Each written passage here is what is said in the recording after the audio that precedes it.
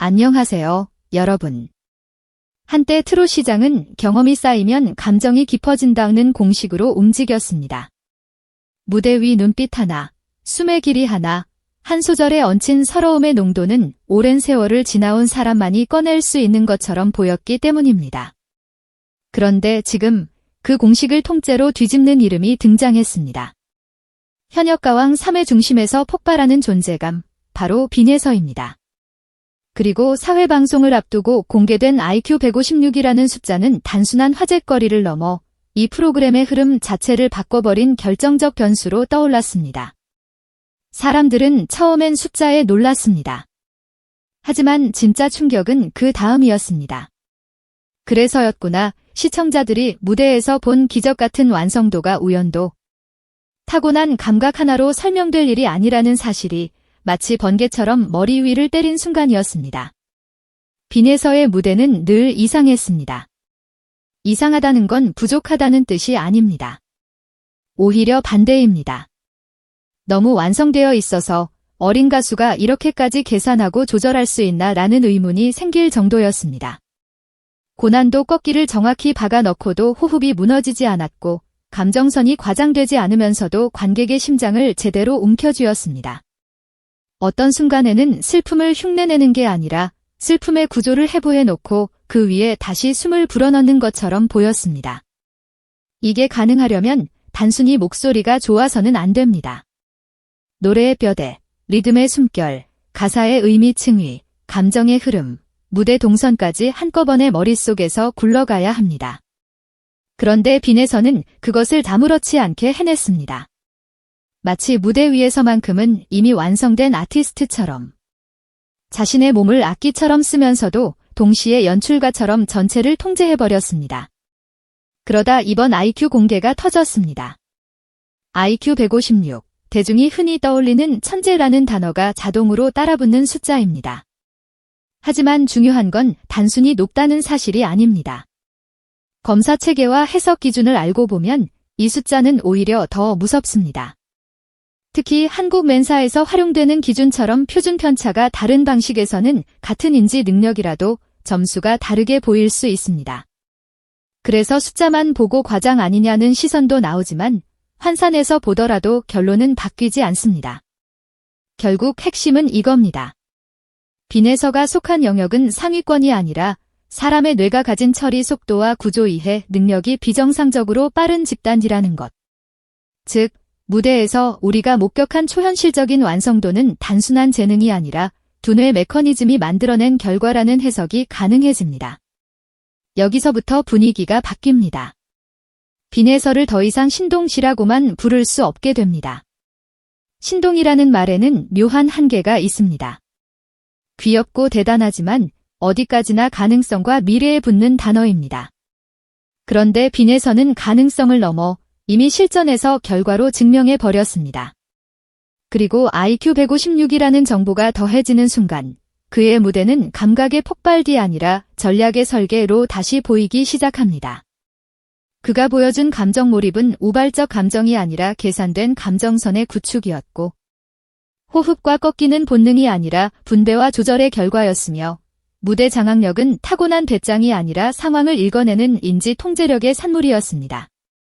즉, 빈혜서는 감성형 천재가 아니라 감성을 전략으로 만드는 전략형 천재였던 겁니다. 특히 레이븐 프로그레시브 매트릭스 같은 추상적 규칙 발견과 패턴 분석에 초점을 둔 검사에서 강점을 보였다는 점이 의미심장합니다. 이 능력은 음악과 너무도 깊게 연결되어 있습니다. 음악은 감정의 언어이기도 하지만 동시에 패턴의 세계입니다. 반복과 변주, 긴장과 해소, 박자의 분할, 멜로디의 방향, 가사의 강조점은 모두 규칙의 조합으로 이루어집니다. 이걸 빠르게 읽어내는 사람은 곡을 듣는 게 아니라 곡을 해석합니다. 그리고 해석이 빠른 사람은 연습 시간이 짧아도 완성도가 높아집니다. 빈혜서가 후방 연습 영상에서 노래를 두세 번 듣고 바로 재현해내는 장면들이 왜 그렇게 비현실적으로 보였는지 그 이유가 드디어 설명되기 시작한 겁니다. 핵심 정보만 뽑아내서 저장하고 불필요한 요소는 과감히 버리고 필요한 순간에 정확히 꺼내는 두뇌. 이 구조가 작동하면 연습은 반복이 아니라 압축이 됩니다. 그리고 무대에서는 그 압축된 정보가 폭발하듯 펼쳐집니다. 또 하나, 사람들이 가장 놀라는 지점이 있습니다. 바로 이 감정의 깊이입니다. 트롯은 감정을 내지르는 장르가 아닙니다. 감정을 설득하는 장르입니다. 단어 하나, 숨 한 번, 미세한 떨림이 관객의 마음을 움직입니다. 그런데 빈에서는 자신이 아직 다 살아보지 못했을 법한 감정들을 마치 이미 지나온 사람처럼 구현합니다. 여기서 고지능 아동에게서 종종 관찰되는 특징이 떠오릅니다. 감정 시뮬레이션 능력. 실제 경험의 부족을 상상과 구조화로 메우는 능력입니다. 감정을 느끼는 것과 표현하는 것은 같지 않습니다. 표현은 때때로 더 정교한 인지 과정을 필요로 합니다. 빈에서는 감정을 단순히 흘려보내는 게 아니라 머릿속에서 한 번 조립해서 무대 위에 정확히 배치하는 듯한 느낌을 줍니다. 그래서 그의 무대는 울컥하게 만들면서도 어딘가 치밀합니다. 자연스러운데 동시에 완벽하게 설계된 흐름을 가진 무대. 이게 바로 사람들의 심장을 두 번 치는 이유입니다. 감정이 진짜처럼 느껴지고 그 진짜 같은 감정이 우연이 아니라 기술로 만들어졌다는 사실이 뒤늦게 들통나기 때문입니다. 현역가왕 3안에서 이 정보는 단순한 개인 서사를 넘어 경쟁구도 전체를 재정렬합니다. 시청자들은 이제 참가자들을 잘한다 못한다로 보지 않습니다. 누가 더 강한 무대를 만들 수 있는가를 넘어 누가 더 빨리 성장하고 누가 더 빨리 판을 바꿀 수 있는가에 관심이 쏠립니다. 빈에서는 바로 그 지점에서 가장 위험한 참가자가 됩니다. 실력이 이미 높은데 성장 속도가 더 빠를 가능성이 크기 때문입니다. 일반적으로 무대 경험이 쌓이면 무대가 안정됩니다. 하지만 빈에서는 경험이 쌓이는 속도보다 흡수하고 변환하는 속도가 더 빠르게 보입니다. 무대 하나가 지나가면 다음 무대는 이미 다른 레벨에 서 있습니다. 상대 입장에서는 가장 대응하기 어려운 타입입니다. 실력이 높은 상대는 준비하면 이길 수 있다는 희망이 있지만 매 라운드마다 진화하는 상대는 예측 자체가 무너집니다. 현역가왕 3의 판이 뒤집혔다. 오는 마른 과장이 아닙니다. 경쟁자들이 이제 빈에서를 기준으로 자기 전략을 다시 짜야 하는 상황이 되었기 때문입니다. 그리고 이 변화는 팬덤을 넘어 사회적 반응까지 번집니다. 어린 가수는 어른 감정을 흉내낸다는 오래된 편견이 균열을 일으킵니다. 빈에서를 통해 사람들은 알게 됩니다.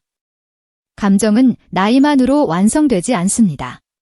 감정은 경험으로도 깊어지지만 해석과 구조화로도 구현될 수 있습니다. 교육계와 전문가들의 시선이 움직이는 이유도 여기 있습니다. 예술성과 지능이 서로 다른 선로를 달리는 게 아니라 때로는 하나의 엔진으로 연결될 수 있다는 사례가 대중문화 한복판에서 증명되고 있는 셈이니까요. 감정 표현을 감성 훈련으로만 접근하던 시선이 구조 이해와 분석이라는 인지 요소까지 고려하게 되는 순간 예술가를 바라보는 기준 자체가 달라집니다. 빈에서는 그 변화를 불러온 증거물이 되어버렸습니다. 더 무서운 질문은 이제부터입니다. 빈에서의 천재성은 어디까지 확장될 것인가? 만약 지금의 능력이 단지 노래를 빠르게 배우는 수준에서 끝나지 않는다면 그는 곧 무대 위 가수의 역할을 넘어설지도 모릅니다.